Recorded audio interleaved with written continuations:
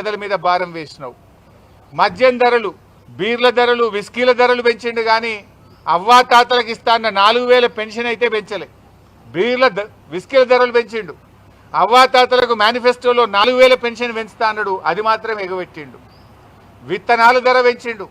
జనుము విత్తనాలు, జిలుగు విత్తనాలు, పత్తి విత్తనాలు, రైతులు వాడే విత్తనాల ధరలు పెంచిండు కానీ రైతుకు రుణమాఫీ చేయలేదు. బస్సు టికెట్లు పెంచిండు కానీ అక్కా చెల్లెలకు ఇస్తాన్న మహాలక్ష్మి పథకాన్ని అమలు చేయలేదు.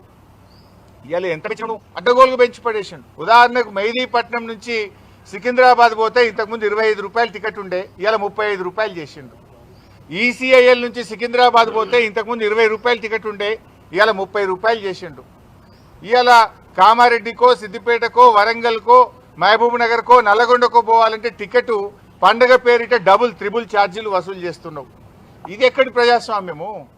రేవంత్ రెడ్డి ఇవాళ ఏంటంటే మెట్రో రైలును ప్రభుత్వ పరం చేసుకున్నాడు. ఇప్పుడు మెట్రో గవర్నమెంట్ అయింది కదా, అంటే రేవంత్ రెడ్డి ఇక టికెట్ల ధరలు పెంచితే ఎవడు ఆర్టీసీ బస్సు ఎక్కడు, మెట్రో ఎక్కాలని కుట్ర.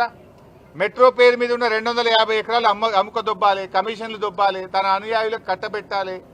ఇక మెట్రోను ఆగం చేస్తావు. ఇప్పుడు ఆర్టీసీని ఆగం అయిపోయింది. ఇలా బీఆర్ఎస్ ప్రభుత్వం ఉన్నప్పుడు ఆర్టీసీ కార్మికుల సంక్షేమం కోసం బీఆర్ఎస్ పాలనలో 9,000 కోట్ల రూపాయలు రాష్ట్ర ప్రభుత్వం నుంచి గ్రాంట్గా ఇచ్చాం. కానీ రేవంత్ రెడ్డి పాలనలో ఏం చేస్తున్నారు? మహాలక్ష్మి డబ్బులు కూడా ఇవ్వట్లేదు.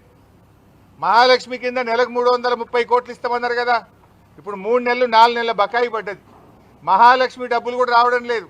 కాగితాల మీద లాభాల్లో ఉందంటున్నారు, కార్మికులకు రావాల్సిన డబ్బులేమో ఇస్తలేరు. రిటైర్మెంట్ డబ్బులు రావట్లే కార్మికులకు రావాల్సినటువంటి పిఎఫ్ బకాయిలు రావడం లేదు, సిసిఎస్ డబ్బులు రావడం లేదు, కార్మికులకు పిఆర్సీ సవరణ రావడం లేదు.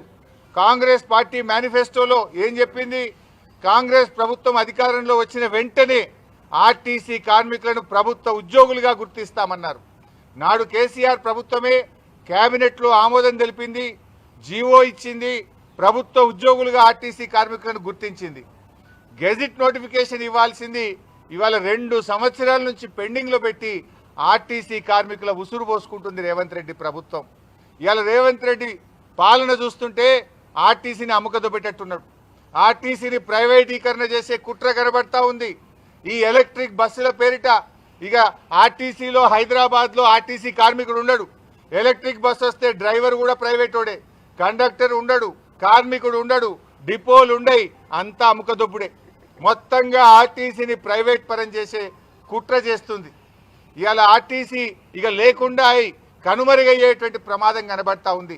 హైదరాబాద్లో ఇవాళ కమిషన్ల కోసం బడా కాంట్రాక్టర్లకు ఎలక్ట్రిక్ బస్సుల కాంట్రాక్టులు కట్టబెట్టడం కోసం ఈ కుట్రకు నువ్వు తెరలేపినవు. దానికి అందమైన ముసుగు పెడుతున్నావు ఎలక్ట్రిక్ బస్సులని. దాని వెనుక పెద్ద ఎత్తున అవినీతి జరుగుతూ ఉంది. బడా కాంట్రాక్టర్లకు ఎలక్ట్రిక్ బస్సులు కట్టబెట్టే కుట్ర జరుగుతూ ఉంది. ఇవాళ దాంట్లో భాగంగానే ఏం చేస్తుండు? ఎట్లా ఎలక్ట్రిక్ బస్సులే ఆర్టీసీ బస్సులు ఉండేవి కనుక ఉప్పల్ మియాపూర్లో ఉండేటువంటి వర్క్షాప్లను ఇలా అమ్మేస్తుండు రేవంత్ రెడ్డి. ఎన్నో ఏండ్ల చరిత్ర ఉన్న మియాపూర్ వర్క్షాప్, ఉప్పల్ వర్క్షాప్ రెండింటిని అమ్మకానికి పెట్టిండి ఇలా రేవంత్ రెడ్డి గారు. ఇవాళ జూబ్లీ బస్టాండ్తో సహా రాష్ట్రంలో ఉండే అనేక బస్టాండ్లను రేవంత్ రెడ్డి ప్రభుత్వం హడ్కోలో కుదబెట్టి 1,500 కోట్ల అప్పు తెచ్చిండు. అంటే బస్టాండ్లేమో కుదబెడతావు, వర్క్షాప్లేమో అమ్మకదొబ్బుతావు, ఇక ఒక్క ఆర్టీసీ బస్సు కొనవు. ఉన్న బస్సులన్నీ ప్రైవేట్ కాంట్రాక్టర్లకు ఇచ్చి కిలోమీటర్కు 59 రూపాయలు కట్టబెట్టే కుట్ర చేస్తూ ఉన్నావు. నువ్వు వచ్చినాక ఒక్క బస్సు కొన్నవా రేవంత్ రెడ్డి? ఒక్క రిక్రూట్మెంట్ చేసినవా రేవంత్ రెడ్డి? బీఆర్ఎస్ ప్రభుత్వం కాంట్రాక్ట్ వ్యవస్థను రద్దు చేసింది. బ్రెడ్ విన్నర్ స్కీమ్ తీసుకొచ్చి కార్మికుల పిల్లలకు ఉద్యోగాలు ఇచ్చింది. పెద్ద ఎత్తున రిక్రూట్మెంట్ చేసింది. 9,000 కోట్లు గ్రాంట్గా ఇచ్చింది. బీఆర్ఎస్ ప్రభుత్వం ఆర్టీసీని నిలబెట్టే ప్రయత్నం చేస్తే రేవంత్ రెడ్డి ఆర్టీసీని కుదబెడుతున్నాడు, అమ్ముకదొబ్బుతున్నాడు. ఇదేనా నువ్వు ఆర్టీసీ పట్ల నీ చిత్తశుద్ధి? ప్రభుత్వ రంగ సంస్థల్ని కాపాడడం అంటే ఇదేనా అని నేను ఈరోజు రేవంత్ రెడ్డి గారి ప్రభుత్వాన్ని అడుగుతా ఉన్నా. ముఖ్యంగా ఇలా కార్గో విషయంలో కేసీఆర్ గారు ఆర్టీసీని లాభాల బాట పట్టించాలని ఆర్టీసీలో కార్గో వ్యవస్థను స్టార్ట్ చేశారు. దానివల్ల సంవత్సరానికి 100 కోట్ల రూపాయల ఆదాయం వస్తూ ఉంది. ఇవాళ కార్గోను కూడా రేవంత్ రెడ్డి కన్నుబడ్డది. ఆ కార్గోను తమ అనుయాయులకు కట్టబెడుతున్నాడు అడ్డికి పావు షేర్కు. ఇవాళ ఆ కార్గోను అముకదొప్పి ప్రైవేట్ వాళ్ళ చేత్రపరం చేస్తూ ఉన్నాడు. అంటే ఆర్టీసీకి లాభాలు రావడం, ఆర్టీసీ బాగుపడడం, ఆర్టీసీ కార్మికులు బాగుండడం రేవంత్ రెడ్డి ప్రభుత్వానికి ఇష్టం లేదు. మేము బీఆర్ఎస్ పార్టీ పక్షాన ఒకటే డిమాండ్ చేస్తున్నాం, అడ్డగోలుగా పెంచిన బస్ టికెట్ల ధరలు వెంటనే తగ్గించండి. ఆర్టీసీకి ప్రభుత్వ పరంగా ఇవ్వాల్సిన బకాయిలు ఇవ్వండి. గతంలో బీఆర్ఎస్ ప్రభుత్వం ప్రతి ఏడాది ఆర్టీసీకి బడ్జెట్ లో 1500 కోట్లు పెట్టి 1500 కోట్లు గ్రాంట్ గా మేము ఆర్టీసీకి ఇచ్చాం. ఆ రకంగా ఆర్టీసీని కాపాడాలి కానీ పేద ప్రజల మీద భారం వేయొద్దు, పేదల నడ్డీ విరిచొద్దు. నువ్వు అడ్డగోలుగా టికెట్ల ధరలు పెంచి కమిషన్లు దంచుడు కాదు రేవంత్ రెడ్డి, పేదల కోసం పనిచేయి. ప్రజాస్వామ్యంలో అరెస్టులకు తావు లేదు. నిరసన అనేది ప్రజాస్వామ్యం, ప్రజలకు మన రాజ్యాంగం కల్పించినటువంటి హక్కు. ఈరోజు రాహుల్ గాంధీ ఏమంటాడు, మాటల్లో రాజ్యాంగ రక్షణ. రాహుల్ గాంధీ గారు నీ మాటల్లోనే రాజ్యాంగ రక్షణ కనబడుతుంది, కానీ నీ ముఖ్యమంత్రి రేవంత్ రెడ్డి పాలనలో రాజ్యాంగ భక్షణ జరుగుతూ ఉంది రాష్ట్రంలో. నువ్వు ఒక్కసారి రివ్యూ చేయి, నీ 6 గ్యారెంటీలు ఏడబైంది, నీ 7వ గ్యారెంటీ ఏడబైంది. ఇవాళటికి నన్ను ఈ ఇంట్లో ఎన్నిసార్లు హౌస్ అరెస్ట్ చేస్తారు? ఇదని మొదటిసారా? ఎప్పుడు బీఆర్ఎస్ పార్టీ ప్రజల పక్షాన ప్రశ్నిస్తే, ప్రజల పక్షాన పోరాడితే ప్రతిసారి అరెస్టు చేయడం, మమ్మల్ని హౌస్ అరెస్టు చేయడం, అక్రమ నిర్బంధాలు, అక్రమ కేసులు, మా ఇళ్ల మీద దాడులు చేసుడు. ఇదేనా ప్రజాస్వామ్యం అని నేను రాహుల్ గాంధీ గారిని ప్రశ్నిస్తా ఉన్నా. ఇప్పటికైనా ఆర్టీసీ పెంచిన ధరలు, ఇవాళ టోల్ గేట్ల పేరిట కానీ, పండగల పేరిట జరుగుతున్న దోపిడీ కానీ, రౌండ్ ఫిగర్ పేరిట జరుగుతున్న దోపిడీ కానీ, సిటీ బస్సుల్లో పెరిగినటువంటి అన్ని కూడా ఉపసంహరించుకోవాలని, ఆర్టీసీని లాభాల బాటలో నడిపించాలని, ఆర్టీసీకి ప్రభుత్వం గ్రాంట్లు ఇవ్వాలని, ఆర్టీసీ కార్మికులను ప్రభుత్వ ఉద్యోగులుగా గుర్తించాలని, ఆర్టీసీకి మహాలక్ష్మి బకాయిలన్నీ కూడా వెంటనే విడుదల చేయాలని, ఆర్టీసీ ఉద్యోగులకు ప్రమోషన్లను పూర్తి చేయాలని మేము ప్రభుత్వాన్ని డిమాండ్ చేస్తున్నాం. Thank you.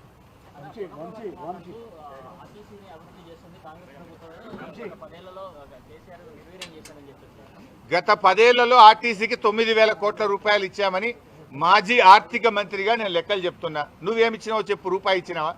నువ్వు రూపాయి ఇయ్యలే. మహాలక్ష్మి కింద రావాల్సిన డబ్బులు 4 నెలలు బాకీ పడ్డాయి.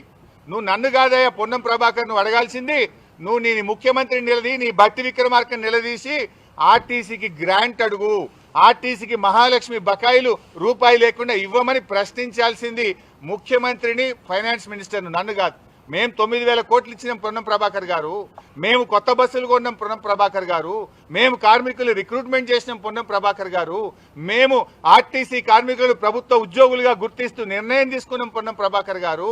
నీకు చేతనైతే, చిత్తశుద్ధి ఉంటే, ఆర్టీసీ మీద ప్రేమ ఉంటే ఆ కార్మికులను ప్రభుత్వ ఉద్యోగులుగా గుర్తించు. నీకు చిత్తశుద్ధి ఉంటే ముఖ్యమంత్రి అముకదొప్పుతున్నాడు మియాపూర్ వర్క్ షాప్ ను, అదేవిధంగా ఉప్పల్ వర్క్ షాప్ ను అడ్డికి పావు షేర్ ఆయన మనుషులకు ముఖ్యమంత్రి కట్టబెడుతుండు. నీకు కార్మికుల మీద, ఆర్టీసీ మంత్రిగా ప్రేమ ఉంటే ఆ వర్క్ షాప్ లో ప్రైవేటీకరణ ఆపాలి పొన్నం ప్రభాకర్. ఇంకెంత పెంచుతావు నాయన? ఇప్పటికీ 5 సార్లు పెంచినావు. ఏదో ఒక ముసుగు, రౌండ్ ఫిగర్ అని ఒకసారి, టోల్ గేట్ అని ఒకసారి, పండుగలని ఒకసారి, బస్ పాస్లని ఒకసారి, సిటీ బస్సులని ఒకసారి, ఎలక్ట్రిక్ బస్సులని సర్ఛార్జ్ అని ఒకసారి. ఎన్నిసార్లు పెంచుతావు? వెనకట 3 పైసలు 5 పైసలు పెంచితేనే పెద్ద పోరాటాలు జరిగేది. నువ్వు ఒకటేసారి డబుల్ చేస్తున్నావు. అంటే ఇదేందా? మహిళలకు ఫ్రీ అంటావు, పిల్లల మీద, పిల్లల బస్ పాస్ల మీద, మగవాళ్ళ మీద డబుల్ వసూలు చేసి ఇదేం ఫ్రీ? ఇంటి సంసారంలో ఉండే పైసలు గవే కదా.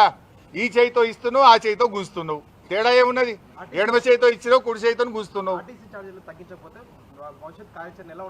ఆర్టీసీ ఛార్జీలు తగ్గేదాకా ప్రజల పక్షాన బీఆర్ఎస్ పోరాడుతూనే ఉంటది.